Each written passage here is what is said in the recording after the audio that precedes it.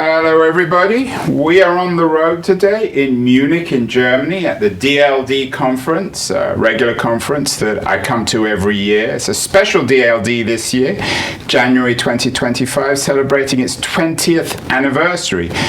20 events, and I think most of those 20 I've been to, and so is my guest Albert Wenger, the distinguished venture capitalist entrepreneur now at Union Square Ventures. Albert, I'm beginning all our DLD anniversary 20th anniversary conversations by getting our guests to remember where they were in January 2005. Can you think that far back?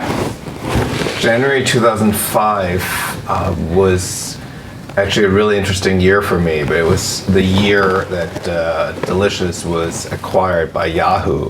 And so I was in New York, and then after that is when I started hanging out at the USB offices. If this was a Hollywood movie, Albert, maybe it would have been the end rather than the beginning. Was that the most exciting moment of the last 20 years when you sold your company? Well, the company had been started by Joshua Schechter, but no, there've been many, many exciting moments since, and I had fabulously exciting moments even last year, not just business-wise, but sailed across the Atlantic, which was very exciting. What was the world like in 2005? Can you remember? It was a kinder, gentler, better world. No, just kidding. It was an exciting moment in technology because we had what was known at the time as Web 2.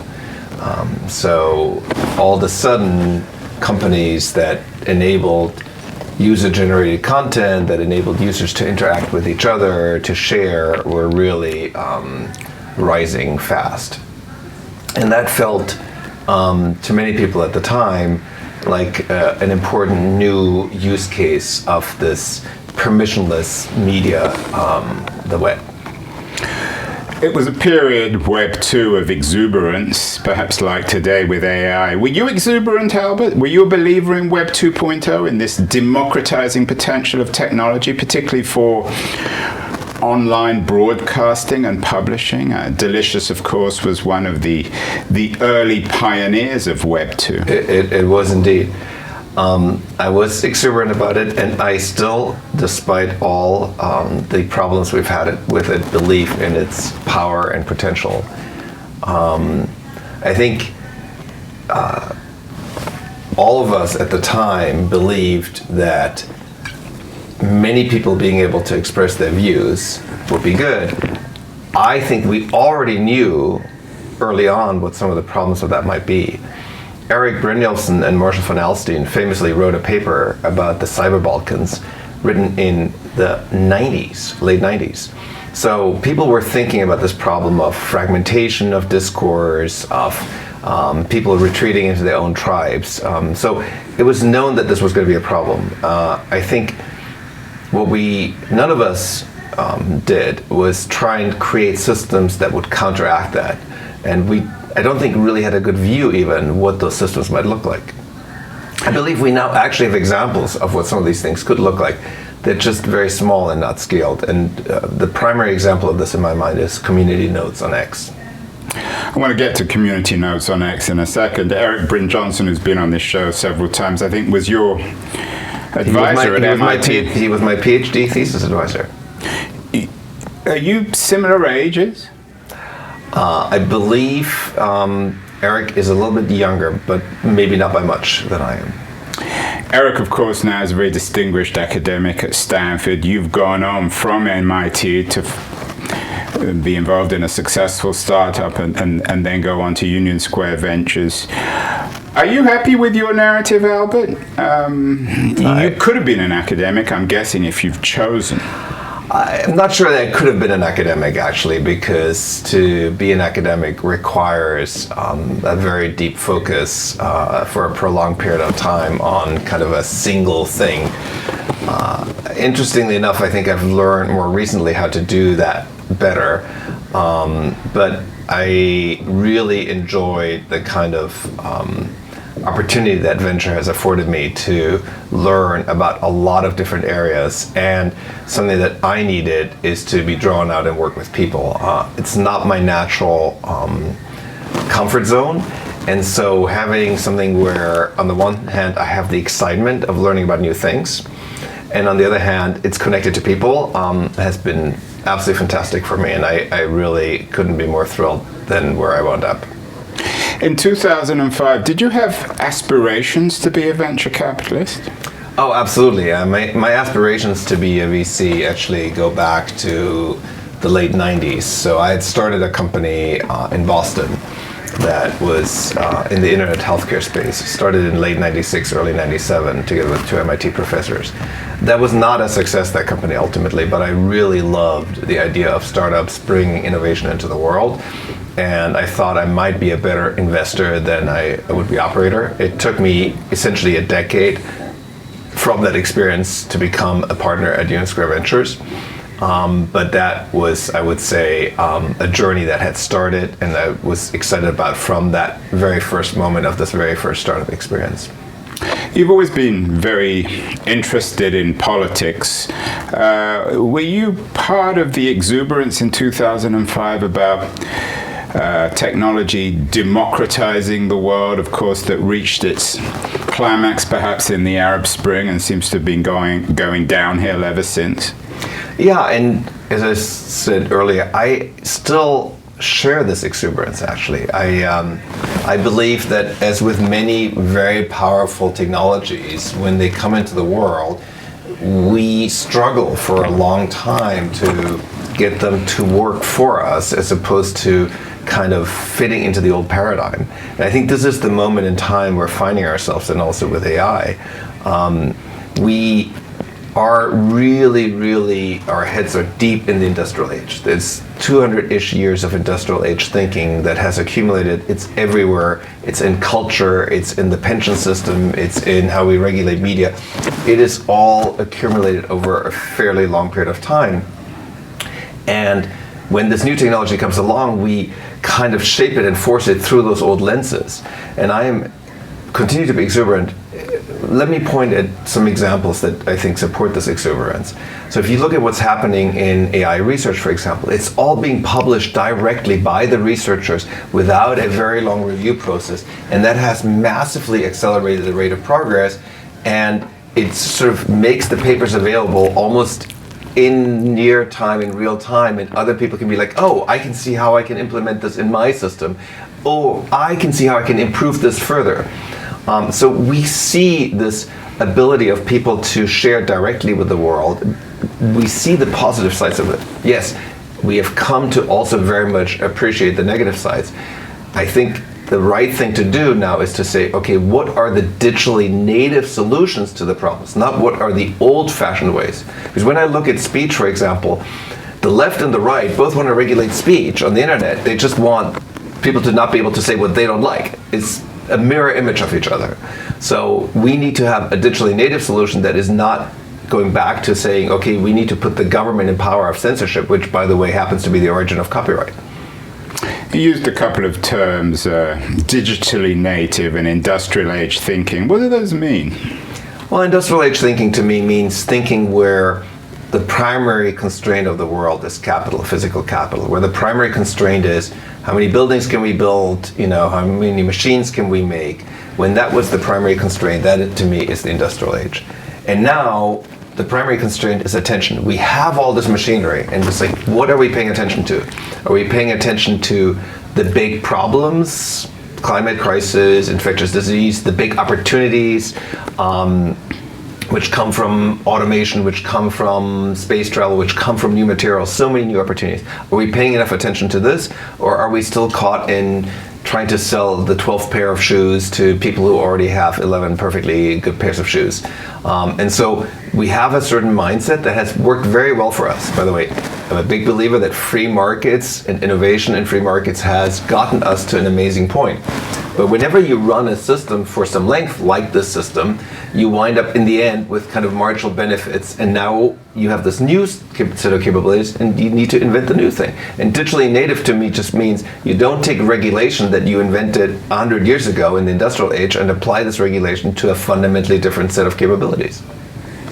You've thrown a lot of things in there, Albert. You talk about not needing that 12th pair of shoes, which suggests that you're not a great fan of maybe what we might call decadent capitalism. Are you suggesting that digital natives aren't into shoes? Or at least fancy shoes? I think we're seeing a lot of people who are like, actually, that is not where my sense of meaning and purpose in life comes from. I can live with fewer things. I'm more interested in experiences. I'm more interested in building and creating, whether that's as an artist or whether that's as somebody who helps conserve nature. We're seeing a massive interest among young people, again, in farming, for example, and nature restoration. So I think people are discovering that it turns out that you can't actually kind of consume your way to meaning in life. Albert, have you been surprised by the shift in the zeitgeist from 2005 to 25 in the last 20 years? Back in 2005, there was a consensual exuberance about the potential of Web 2. Now, in our AI age, it seems as if the pendulum has swung the other way. Is that fair?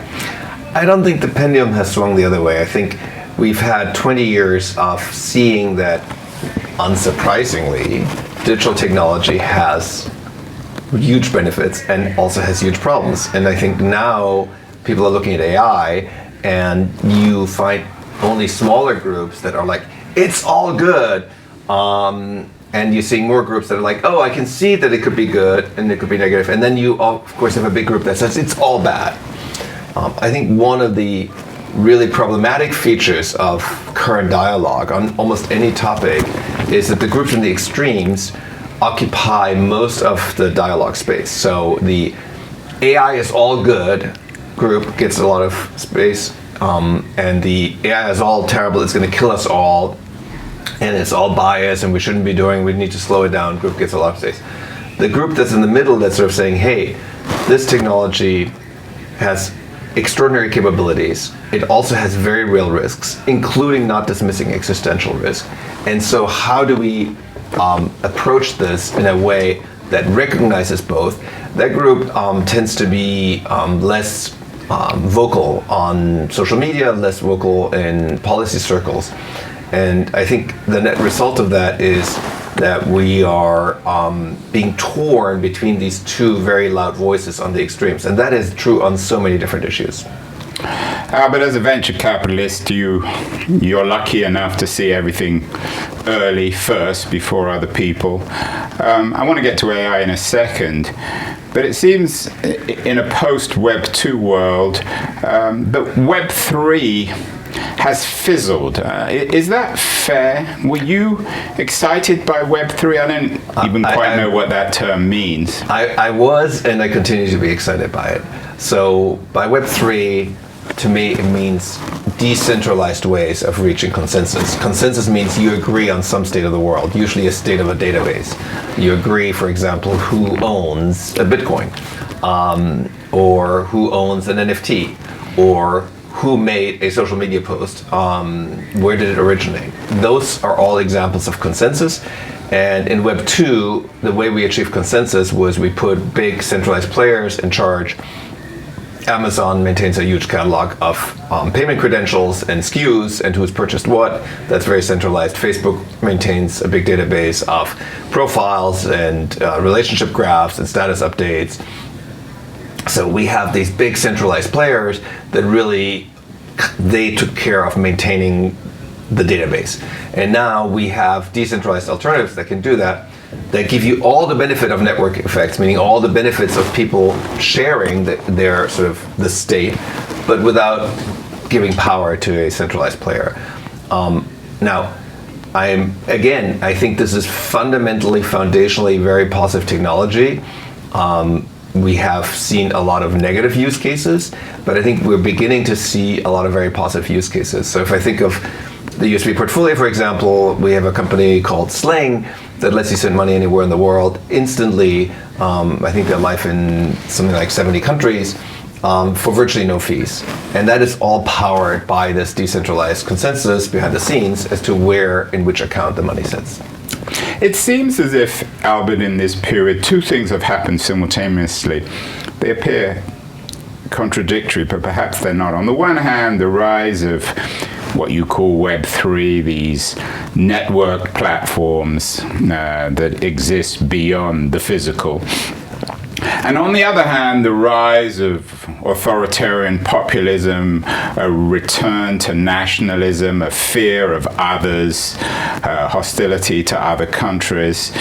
Are these two things, which seem to exist in parallel and in a sense contradictory, are they actually connected? Do you think that in this gray area between the industrial and the digital age that this kind of reaction is inevitable?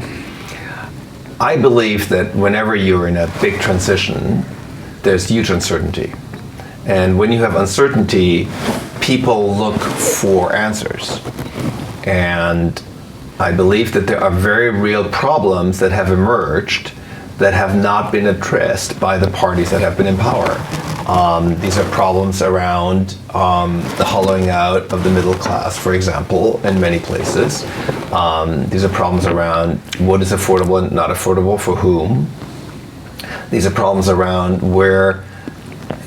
whom does society value and where does meaning come from? Do people feel that they and their problems in society are seen? Those are all the things that happen when you have a big transition. And the big parties have given very kind of incremental answers to this. They're like, we've got this, we're going to just improve the social safety net at the very margin, we're going to make some small modifications to the healthcare system, we're going to, the Fed's going to tweak the interest rate, etc., and all will be good. And people have looked at this and said, yeah, you've been saying that for like 2 decades and it does not seem to actually be getting better. And in the meantime, you're calling me an idiot for even complaining and telling me that really my life is great and I should shut up and suck it up. And I think that powers populist movements. And so we need better answers. And to me, better answers are not incremental answers. They're not, here's a way to try and kit the industrial age. They are like, no, this is the moment of real leadership of we need to invent this new age. It's really, really hard. But if we don't do it, we are going to get more of what we're getting at the moment. Let's talk a little bit about the rise of AI. We've always heard about AI ever since the 80s, maybe the 1880s, the promise of smart machines. And I was always a bit skeptical, and many people were, because we'd heard it too many times before. But this time it seems real. What's happened? Was it the invention of generative AI? How would you frame the narrative of AI, particularly since 2015, 2016. You've seen, I'm sure you passed on a number of AI investments like so many other venture capitalists, because you probably were skeptical also. So the dream of being able to tell somebody to do anything for you is very old. I mean, we have genies and other things, golems. They're part of the narrative of humanity for a very long time. So in that sense, I think we're talking about thousands of years of dreaming of you can just tell a machine to go do something or a thing to go do something and it does it or it fulfills your wish. Then you mentioned the 1980s. That's when I learned how to program, and I remember programming on Apple II and buying the Winston Horn AI book. And so, as with many other dreams, like in my book, The World After Capital, I mentioned the dream of heavier than air flight. Some things are not possible, not possible, not possible, not possible. We can't figure out how to do it. Then suddenly we figure out how to do it. And then the rate of improvement is crazy, right? So thousands of years of thinking we could fly and we can't figure it out. Early 1900s, we figured it out. By 1969, we're on the moon, right? So similar thing here.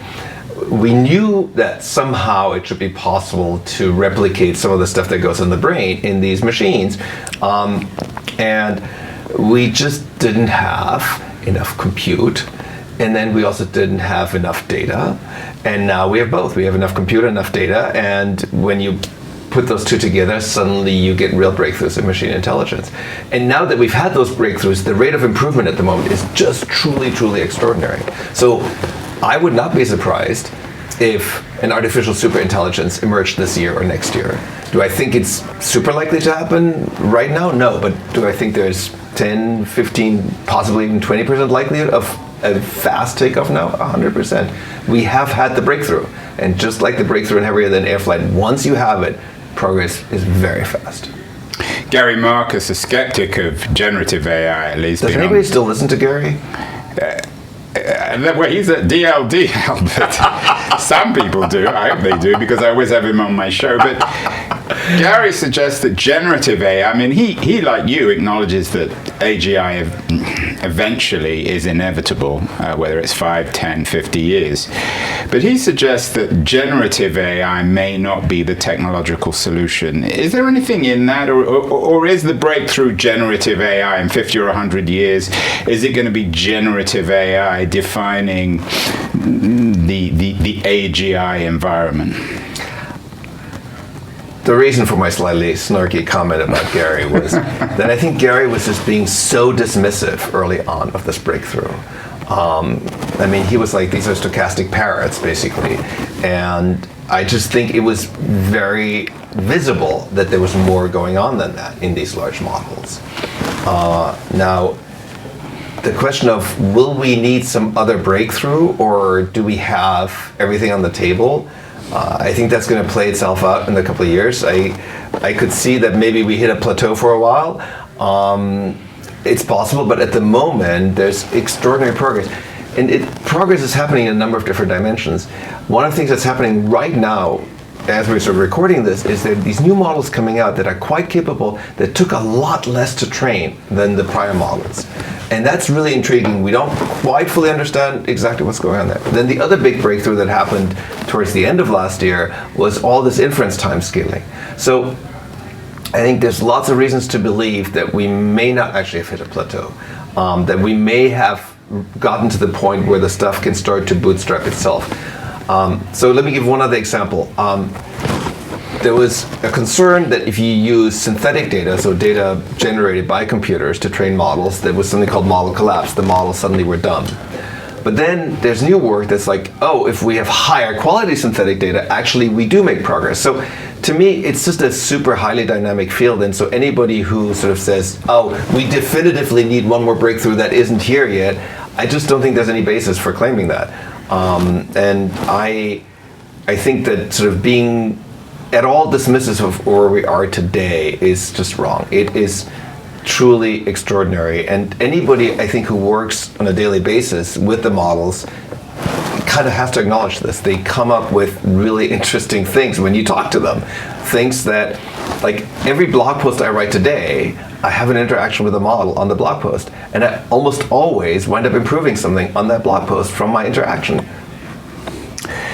Albert, you've been very critical of the big platforms. You and your colleague Fred Wilson at Union Square Ventures are unusual as venture capitalists early in your critique of big tech, of the Googles, the Amazons of the world. Aren't you concerned, though, in AI that we've got more of the same? We've got seemingly 100 billion, several hundred billion startup, OpenAI, Anthropic, Google, Microsoft, Amazon, these trillion-dollar players that are leading the field. We don't see a lot of real startups, delicious style startups. Aren't we just getting more of the same with AI? More massive big tech companies controlling the world? So at Union Square Ventures, we've sort of developed a framework for thinking about the landscape where one axis is the rate of progress towards ASI, what we just discussed earlier, and the other axis is this question of, will there be just a couple really, really capable models and they will extract a lot of value, or will there be many models and competition and widespread progress? Again, I think it's too early to call it, which is why we have this framework of these axes, because we don't think we know definitively that we're going to be on one side or the other. So one of the things I love about tech is how you can get these big swings and inversions. So Microsoft obviously was a very dominant close player for many years. Then Microsoft more recently has become one of the biggest champions of open source. Facebook, famously a very kind of system platform trying to hog it all, but yet right now Meta is the largest providers of open models. And then all of a sudden we get these other models coming out. You get DeepSeek out of China. There's a model that was just announced from UC Berkeley that's quite capable, where they published everything, the weights, the training algorithms, all the training data. So I believe that there is a regulatory approach that would give us a higher likelihood of open models succeeding. And the thing I've been proposing is that the way we should deal with copyright and knowledge in this world, the New York Times and others are suing OpenAI, the way we should deal with this is very simple. We should be like, if you publish the weights, you publish your training algorithms, and you publish all the data you used to train this model, so you make all of it publicly available again, then you get a safe harbor from copyright. So in my mind, the situation where a few companies essentially hover up all of human knowledge and then enclose it would be a terrible outcome. This would be much akin to the enclosure movement of the industrial age, where we took all the commons and made it private property. So we don't want an outcome where two companies in the world have hovered up all the human knowledge and are now controlling the emerging intelligence out of this. Now, people always talk about risk. I believe that there's real risk from AI. So how can I be advocating for open models and open weights? I think it is already clear that the ideal world, the no risk, no existential risk world, would be nobody builds ASI. That is not going to happen. Then the question is, if you know that it's going to happen, would you rather have one or two that are controlled by companies, or would you rather have many? And I wrote a post where I lay out my argument for why, if we're going to be in that world, we'd rather have many. And one of the key reasons, just to state it shortly, is that people always use the nuclear bomb analogy. But in nuclear bombs, I can't use my nuclear bomb to defuse your nuclear bomb. But in intelligence, if I have one intelligence that likes humans, that intelligence can go up against other intelligence that might be misaligned. And so I believe that if we're going to have this, we should have many rather than few. Albert, thinking of this 20-year time frame between 2005 and 25, in terms of winner take all, we certainly got that in big tech. Do we also have it in terms of countries? You grew up in Germany, you were a very smart student, then you came to the US as a grad student, made a success of yourself, now you're a very distinguished venture partner. You're a classic case of a smart European tech person coming to the US. In this period, America, for all its problems, has become infinitely wealthier, and the gap between the US and Europe has grown over the last 20 years. The discussion at events like DLD doesn't seem to have changed about how to get more innovation in Europe, and America continues to continue to increase its lead. What's happened in this division between Europe and the US over the last 20 years? You're well positioned. You're about as mid-Atlantic as it can get. Your family's still in Germany. You spent a lot of your life in Europe, but you're based in the US. First thing I would say is, this kind of stuff takes time. The US had a very large head start. Venture capital in the US is many, many decades old. When I started my first startup in 96, end of 96, early 97, so almost 30 years ago, the difference between the US and Germany was stark. When I look at the venture landscape today, there's much more capital flowing into Europe, etc. But stuff takes time. When Union Square Ventures got going and I joined the firm, New York had not had a $1 billion tech exit, had not had a tech IPO. I'm very happy to say that at Union Square Ventures we backed Tumblr, which was the first $1 billion exit. In New York, we backed MongoDB, which was a huge successful IPO based in New York. So New York now has these things, but it's taken a long time. And so I actually see a great many positive signs in Europe. There's interesting fusion startups right here in Germany, for example. There are interesting biotech startups right here. There are interesting quantum computing startups. So the innovation is here. I think people need to understand that this stuff doesn't happen overnight. It is measured in decades. And I am quite optimistic as to what's possible. What Europe needs to understand, though, is that its legacy industries are really struggling, and if it fails to restructure those, and if it fails to continue doubling down on innovation, including existing Mittelstands innovation, then I think Europe is going to be in for a very, very tough time. Couple more questions, Albert. I know you're a busy man. You are unusual, I think, as a wealthy progressive, in the sense that you actually do eat your own dog food. You don't just talk about making the world a better place. You're actually in the business of doing it. You have all sorts of very interesting investments and ventures, particularly in upstate New York around Hudson. You and you've taken me on a tour. I was pretty impressed. What have you done in the last 10 years to try to help, at least in a modest way, make the world a better place in terms of your initiatives? Yeah, so my wife Gigi Danziger and I have these initiatives in upstate New York, as you mentioned.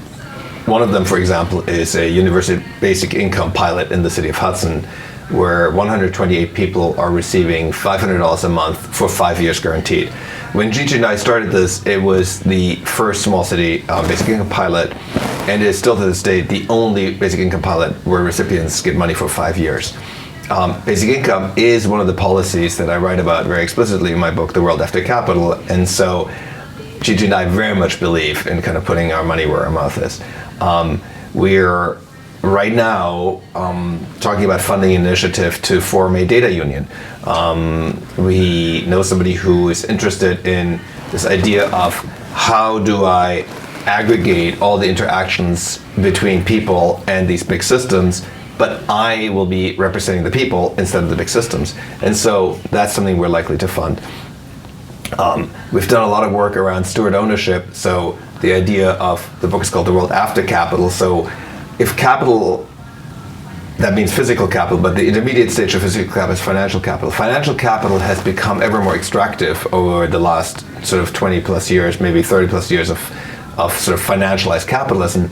And so we have these steward ownership initiatives where we, the owners of capital, are giving away many of our rights to the stewards, the people who either run the business or the people who live in the building, and they will have many of the decision rights, and so it makes capital more enabling and less extractive. These are all experiments. Some of them will work great, some of them will fail, but this is a moment in time when we need these kind of more radical experiments as opposed to the incremental ones that we're seeing from the policymakers.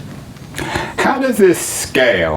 Are there Albert and Gigi Wengers all around America and indeed the world doing this kind of thing? Because I assume the old industrial thinking would have been a top-down strategy, a New Deal strategy that I know you're not a big fan of. Do you just have to assume that there will be enlightened points all over the world where people like yourself will be doing the same thing? I see two possible roads. One is where enough people do this so that there is a momentum building behind saying, why are we not making this a policy? I mean, Germany, for example, Germany invented the modern social system under Otto von Bismarck in the late 1800s. Very little has changed. I mean, the system has been improved, but very little of the fundamental structure of that system has changed. So I do believe that the right operational mode here is to create these examples, to create enough momentum so that ultimately there's a policy change, because I believe these are collective problems that require collective solutions. There are some fringe opportunities, and I think people who work on various network state ideas, people who work in Web3, it is possible that some of the stuff emerges from there. So I don't want to discount that entirely. For instance, there's some really interesting basic income projects in Web3 like Circles. But I personally think that this is going to require policy changes. What becomes of government, Albert, in this new age? Some traditional leftists might be listening or watching this and thinking, why should I trust a wealthy VC like Albert? Maybe he's got another agenda. Maybe he's just a narcissist who wants to bathe in his own moral glory. Shouldn't we still trust government in this world? Or is it going to wither away, as the old Marxists used to say?